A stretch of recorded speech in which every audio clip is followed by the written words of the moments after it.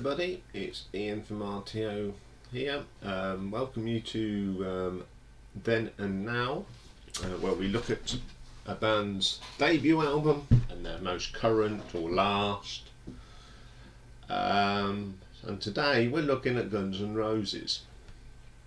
Now, I haven't got much Guns N' Roses material. I've only got the first album and a greatest hits album.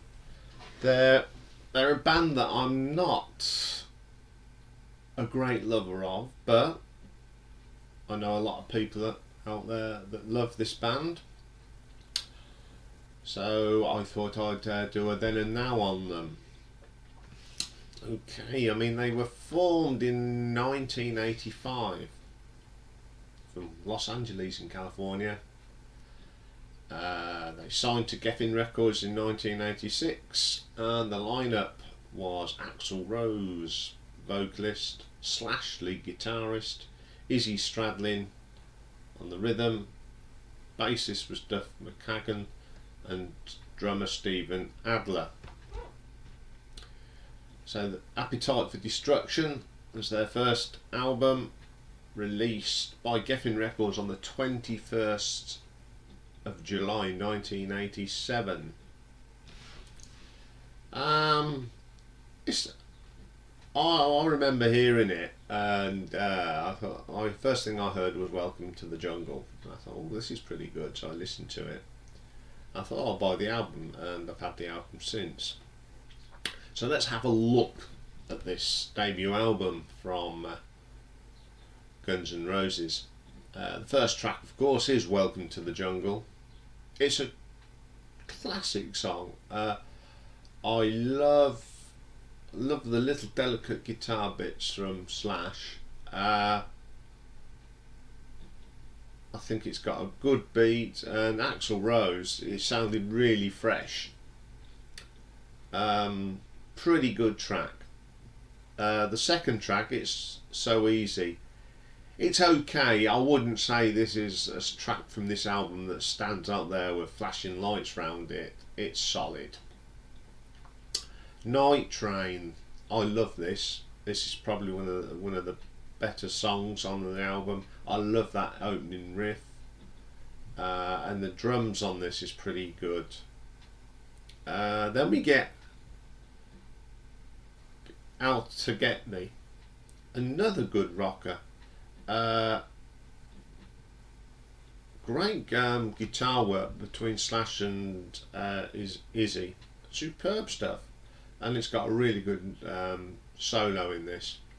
Really good. Mr. Brownstone. I like this one again. Nice guitar work from Slash. Plenty of wah-wah, and some great drumming from Steve Adler. I'd say he was the best drummer in Guns N' Roses. Really solid drummer. Great track that is.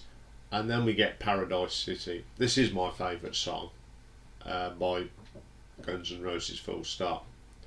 I like that little bit of keyboard and that nice opening riff before you get that great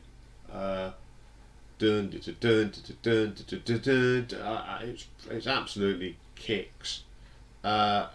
Really good song. Then when we flip it over to side 2, in the old days, My Michelle. Musically, I thought this was great. The band were on fire. Except I think Axl, I don't know, sometimes he was shouting, screaming. I don't know what he was trying to achieve there. He just hasn't got. His voice seemed to just disintegrate on that track. It's a shame because the song itself is pretty good. Think About You. I love that cowbell at the beginning. I love cowbells on rock records. Steve Adler, great track. Sweet Child of Mine. Okay. I love the guitar solo in this. But again, it's one of them tracks. If I don't hear it again, I won't be upset. It just gets played to death. When it came out, I thought it was absolutely brilliant, and I loved it, but I think as time's gone on, it sort of just, yeah, it's one of them tracks that not this one again. I'm not saying that it's a crap track or anything like that. It's a great track, but it's not the one I jump to. Then again, I jump to Paradise City, and that gets played a lot, but I do prefer Paradise City. You're Crazy, fast, heavy rocker, great track. Again, we've got Anything Goes, another great track. Then that ends up with the Rocket Queen, not a bad track at all. Okay, what did the critics think of it? Well, in America, it was not well received. Many complained that the massive success with consumers were fostered by the taboo of sex, drugs and rock and roll during the 1980s in America, which was much of cultural atmosphere in the US that became informed by the Reagan-Bush administration. The AIDS crisis didn't help. But the popularity on MTV was good from the fans, because obviously, you got them through got Welcome to the Jungle, Paradise City and Sweet Child Mine, and the videos were played all the time. And Dave Ling from Metal Hammer dismissed the album as an inferior mix of elements of bands such as Aerosmith, Hanoi Rocks and AC/DC. But over here in the UK, the critics were really positive. Kerrang claimed that rock at last was being wrestled in the hands of the bland. The weak, jaded and tired and the worn are being thrust back into the hands of the real raunch rebels. It was voted the 26th best album of the year in the Village Voices 1983 Patson Jop. And an annual poll of American critics said that it was good. So as time went on, the Americans liked it. So let's have a look at it in the terms of the critics and of how I rank this. Song quality, I'll give it a 4 out of 10 because the songs are really good. Production, the production is pretty awesome on this. It's produced by Mike Klink. It's done quite a lot of work, but for a 1980s rock album, it was pretty decent. If you look at other bands that made albums around that time, it was clean. The drums weren't right, but everything about this album, the production, it did sound like they'd gone into the studio, plugged everything in, and just gone. So I give it a 4 out of 10 for production. Reception. Hang on, no, sorry. I give it start again, Ian. Production. I give it a 5 out of 10. I was jumping the gun here. I wrote it down, but I was looking at the wrong one. So yes, so it's production is 5 out of 10. Reception. Fans loved it. I remember everyone that I was hanging around with back in that day. Everyone got it. It was better received over here because America taboo on sex, booze, and rock and roll was when you got the Midwest Bible Belt that condemned anything, it doesn't help their cause. But over here, it went down really well. It got to number 2 in the charts here, and it got to number 3 in the US charts.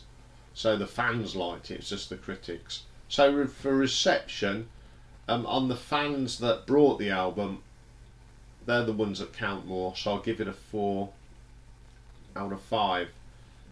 So that gives a RTO ranking total of 13 out of 15. I'll get my sums right, yes. It's early in the morning. So it was a pretty good album, and it's an album that I do play a lot. It's up there with most of my favourite albums from the 80s. So let's get in that time machine. and move on 21 years to 2008, when their 6th studio album, so they've only produced 6 studio albums in 21 years, Chinese Democracy. This goes down as one of the most expensive albums to put together. The costs of reported in 2000 were exceeding 13 million US dollars. I mean, Geffen pulled their funding in 2005 after missing the release date of 2007. It finally got out in November. It was dogged by leaks and legal disputes. And the people, and no wonder it costs. There's so many people that play on this, it's unreal. I mean, I'm not going to go through the names. I'll go through some of the ones. You got Axl Rose, you got Robin Fink, Bumblefoot, who's now in Sons of Apollo. But then there's 1, 2, 3, 4, 5, 6, 7, 8, 9, 10. Another 10 people who play on this. It was produced by Karam Costanzo, and additional production was done by Roy Thomas Baker, very, very famous producer, known for his work with the Queen in the early days. So let's have a look at this album. Okay, first track on is the title track, Chinese Democrats. See, I can't say, you know what I mean. I don't know what sort of me this morning. The riffs are great, but it's just too clean. It's someone's gone in there and taken all the gone in with a file and filed all the rough edges off to make it this smooth. I don't think it works. It really doesn't. Second track, Shackler's Revenge. This is just awful. I'm sorry, it's just a load of noise. It just doesn't do nothing for me. Better. Again, it just doesn't sound right. I just don't like it. It's too clean. The vocal on it from Axl is absolutely terrible. His voice is just shot to pot. Then we get the best track on the album, Street of Dreams. This is a proper song from Guns N' Roses. It's old style, back from Appetite Destruction days.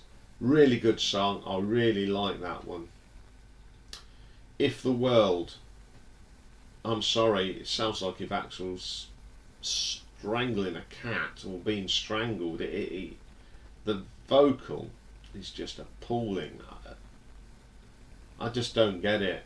You know, what's happened to this band? There was a time, again, musically, the song, the musicians are brilliant there, you know, that it's quality, and the production on this isn't too bad. But Axl, he's wailing like a banshee, and he just spoils it. Catcher in the Rye. All I'll say about it, Bumblefoot is fantastic on this. I mean, he's a great guitarist anyway. And that's the only thing I can say about that, that his guitar work is absolutely brilliant. It's great. I've never listened to this album, so this was like one of the first times I'd listened to it. This song, I listened to the first 30 seconds and then moved on. It was just a dirge. 30 seconds of absolute twaddle. Raid and the Bendinos. Musically, again, fantastic. It's quite progressive metal. Great work from Bumblefoot and the rest of the guys. I'm sorry, this Axl cannot sing this sort of this song. This would be more better if, say, James LaBrie from Dream Theater sang it, or Russell Allen from Symphony X. They've got the voices to sing songs like that. But sorry, Axl, you didn't. You ruined it. Sorry, I love Bumblefoot's solo on them, but Axl's voice is just, he's struggling. IRS, Axl voice is again pretty poor, but great guitar work from Bumblefoot. You can tell when he's played on a solo. Madagascar, again, the only thing worth talking about is guitar work. This I love. This track isn't too bad actually. Even Axl's voice sounds okay because he's singing instead of screeching. Prostitute doesn't do nothing for me. Pretty mediocre track.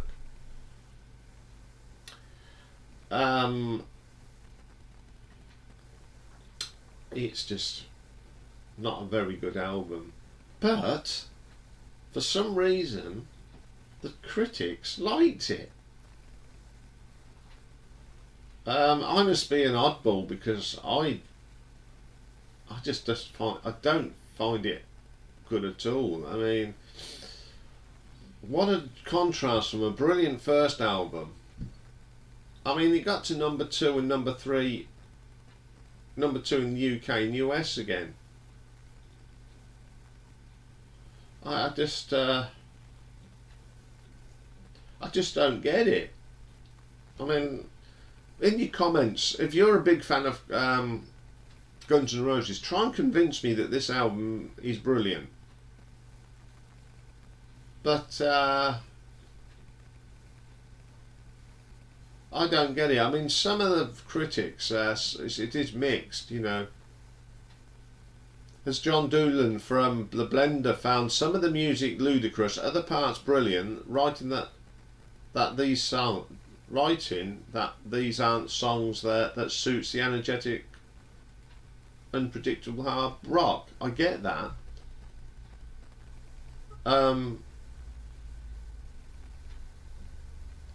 Robert Christoph said that Rose is totally irrelevant at terms and added, since he's no longer capable of leading young white males astray, this effort isn't pleasurable artistically.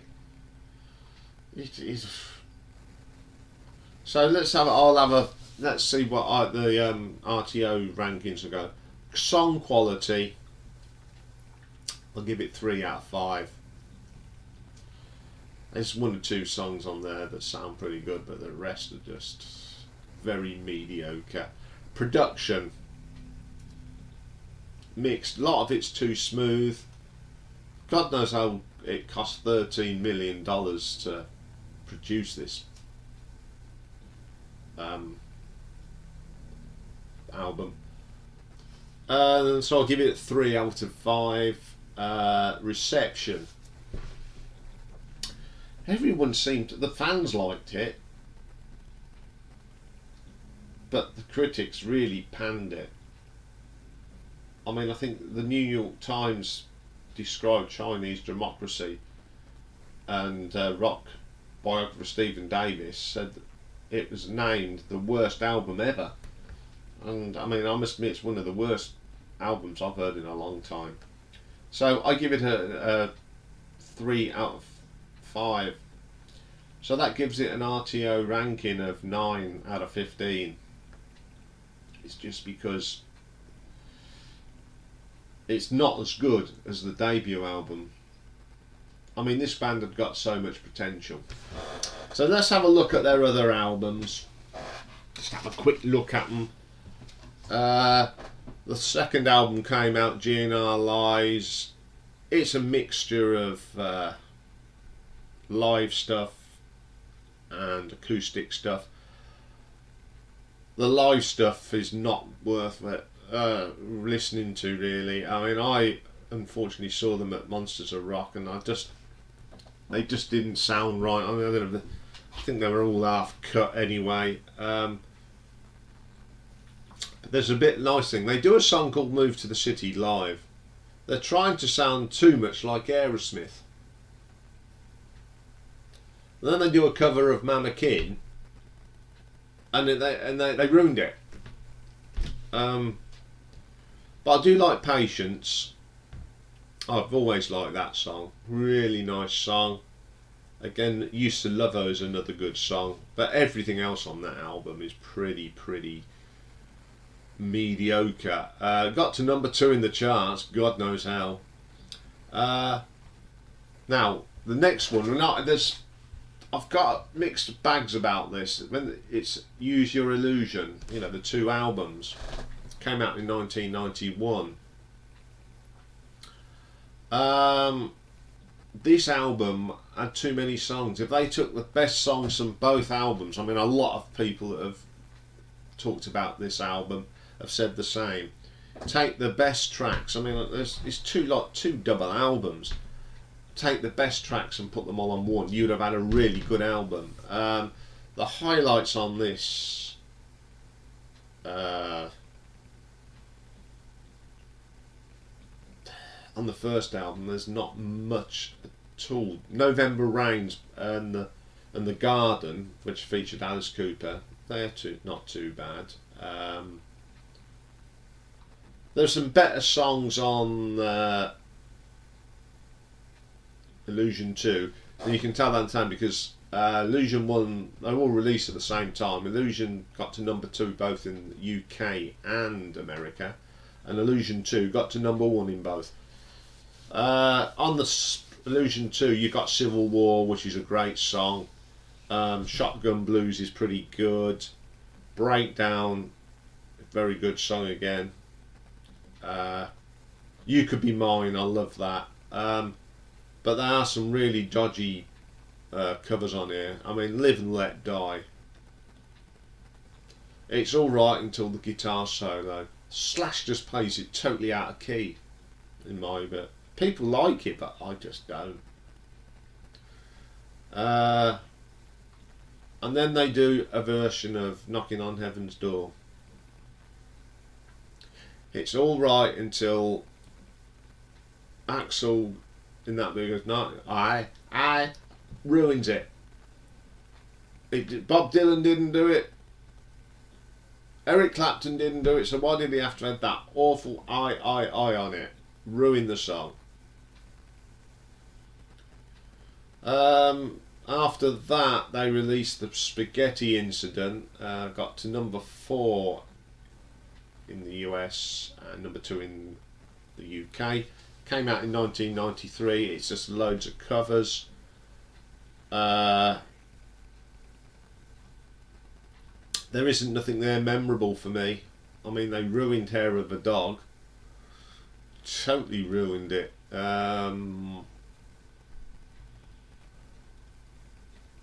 I suppose, I mean, looking at these tracks, Black Leather's not too bad from the Professionals. And then I heard the brand new song, Absurd. And my conclusion is, after hearing this, I think they should just pack up. It was terrible. I think this bad boy image has got tired. I must admit, this must be the most critical show I've done, but unfortunately I just think that it's a band that have got progressively worse as time's gone on, and unfortunately they'll only be remembered for Appetite for Destruction, which is a classic album, and I really do like that one. I've just got a greatest hit, so it's got a bit, you know, like November Rain. It's got things I want to listen to.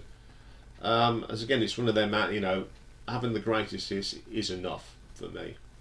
So if I've upset Guns N' Roses fans, I am terribly sorry, but this is my opinion, and good. And if you can convince me why this band are brilliant, I might review the whole of their albums again, but you've got to give me a really, really good reason to.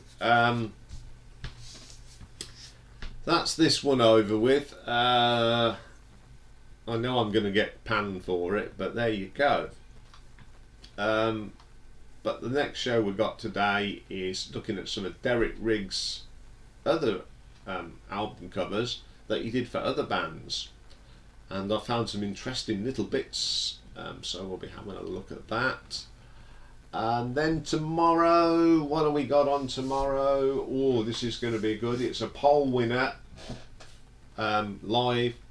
I set, which live albums would you like me to review, and I did UFO, Emerson, Lake and Palmer, and Yes won it by probably one vote. It was quite tight. So we're looking at the live albums of Yes, and then tomorrow afternoon we're going to look at an album that was recorded during lockdown by Biff and Seb Byford. They went under the name of Heavy Water, and the album's called Red Brick City. So I will see you all later. Take care for now.